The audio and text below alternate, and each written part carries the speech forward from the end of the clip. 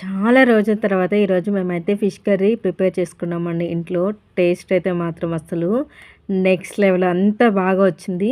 చాలా రోజుల తర్వాత తినడమో ఏమో కానీ అసలు ఎంత బావుందంటే ఫిష్ కర్రీ చాలా బావుంది. అందులో అస్సలు ఈ బెండకాయలు ఉన్నాయండి అసలు ఎంత బావున్నాయో టేస్ట్ ఈ పులుసులో బెండకాయలైతే టేస్ట్ అనేది చాలా బావుంది.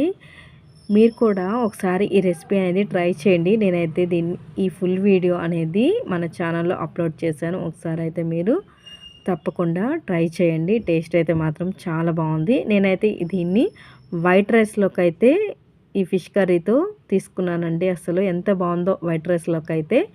అలాగే నేను ఇందులోకి బెండకాయలు యాడ్ చేశానని చెప్పాను కదా! ఈ బెండకాయలు ఈ వైట్ రైస్‌లోకి తింటుంటే ఇంకా టేస్టు పెంచేసిందండి. అంత బావుంది ఈ బెండకాయలు. నాకైతే మాత్రం చాలా బాగా నచ్చేసింది.